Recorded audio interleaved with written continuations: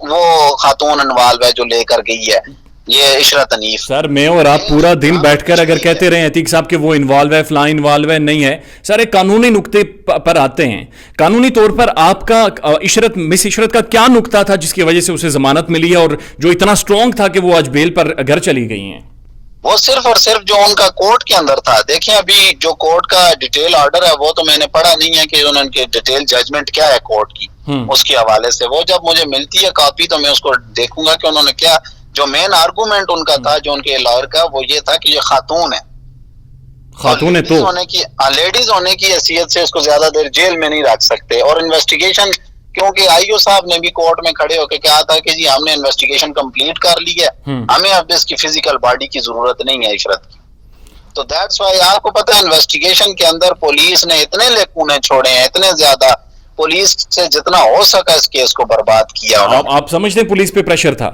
میں کہتا ہوں پریشر کیا پتا کیا کچھ ہوا ہو, پولیس نے کیا کچھ لیا ہو, کیونکہ جو انویسٹیگیٹنگ آفیسر لگایا گیا وہ کسی عام کیس میں نہیں لگایا جا سکتا جو اتنے ہینیس کرائم میں جس کو اپنا لکھی ہوئی اپلیکیشن کورٹ میں نہیں جس سے پڑھی جا رہی. جب عدالت نے اس کو کہا کہ جو ریمانڈ کی اپلیکیشن لکھی ہے پڑھو تو اس سے پڑھی نہیں گئی. پھر میں نے کورٹ سے ریکویسٹ کی اگر مجھے اجازت ہے میں پڑھ لوں, اس کو اردو نہیں پڑھنی آ رہی.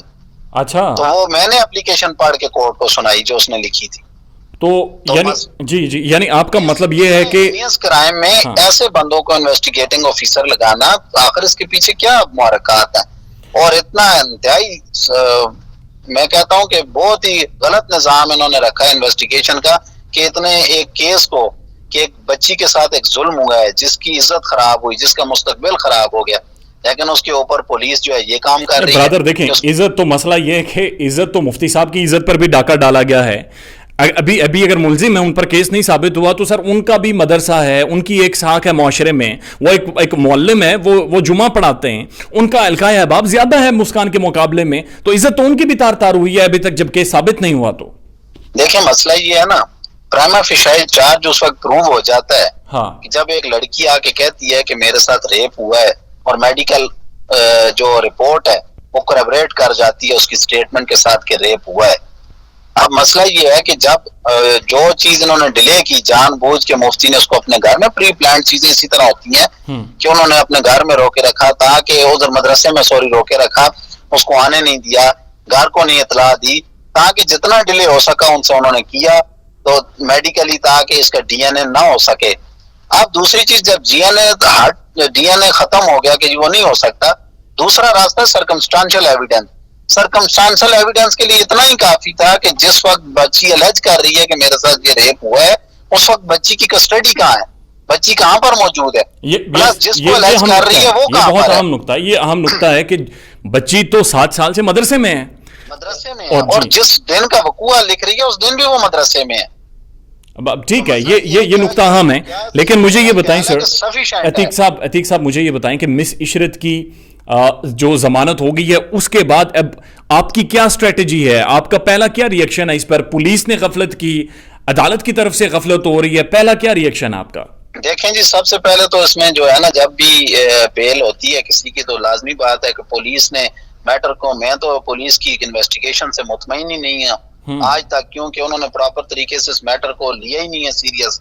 جو اس کے اوپر ہائر اتھارٹی نے جو تفتیشی افسر لگایا میں نے اس کی آپ کو کریڈیبلٹی بتا دیا کہ جو اپنی لکھی ہوئی اپلیکیشن نہیں پڑھ سکتا تھا, تو وہ یہ صورتحال ہے ہماری پولیس کی. برادر آخری سوال, مجھے پتا آپ سفر کر رہے ہیں اور آپ نے گاڑی روک کر یہ ٹائم دیا ہے, آخری سوال آپ سے کہ سر 14 تاریخ کو ریپ ہوتا ہے, 14 تاریخ سے آنورڈ اب مائنر ڈیٹ گزر گیا ہے, اب جا کر آپ اٹھا رہے ہیں جی ہم انویسٹیگیشن سے مطمئن نہیں ہیں, ہم یہ نہیں ہیں وہ نہیں ہیں. دوسری طرف وہ مس عشرت بیل پر چلی گئی ہیں, مفتی صاحب کے گراؤنڈ مضبوط ہو گئے ہیں, اور اگر پولیگرافک میں کوئی چیز نہیں آتی تو صاف ظاہر ہوتا ہے کہ آپ لوگوں کی طرف سے غفلت ہوئی ہے. سوراب صاحب مسئلہ یہ ہے کہ یہ آن دا ریکارڈ بات ہے کہ جب انویسٹیگیشن سٹارٹ ہوئی ہے تو ہم نے سی پی او کو ایک اپلیکیشن موو کیا کہ ہمیں اس انویسٹیگیٹنگ آفیسر پہ اعتماد نہیں ہے. ریٹن اپلیکیشن موو کی ہے والدہ نے اس کی کہ یہ انویسٹیگیشن ٹھیک نہیں ہو رہی کیونکہ ایس ایچ او اور تفتیشی میری بچی کو دبا رہے ہیں. اب دیکھیں میڈیا جو یوٹیوب کے اوپر ہے, اب ایسے لوگ کریکٹر اسیسینیشن ان لوگوں کی کر رہے ہیں شروع دن سے پریشرائز کرنے کے لیے, بچی کو اس کی ماں کو پریشرائز کر رہے ہیں تاکہ اس مقدمے کو کسی طرح دبایا جا سکے.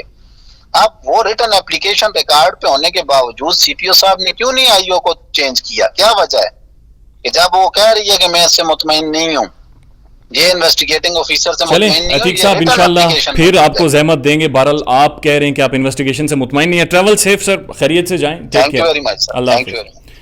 اب دیکھیں مسئلہ یہ ہے کہ اب جا کر انہوں نے یہ ایشو اٹھا دیا ہے کہ جناب ہم انویسٹیگیشن سے مطمئن نہیں ہیں.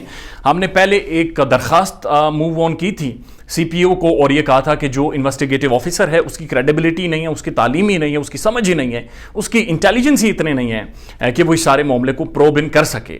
بٹ دا ریالٹی از کہ اس کیس میں 1 مہینے کے بعد جب 2 ملزمان گرفتار ہوئے، ان کی گرفتاری کے بعد ایک جو ملزمہ ہیں انہیں آج رہا کر دیا گیا ہے. اور انہیں بیل پر رہا کیا جائے یا کسی بھی طرح سے رہا ہونے کا مطلب یہ ہے کہ سفیشینٹ گراؤنڈز نہیں تھے کہ آپ کسی کو بند کر کے رکھ سکیں.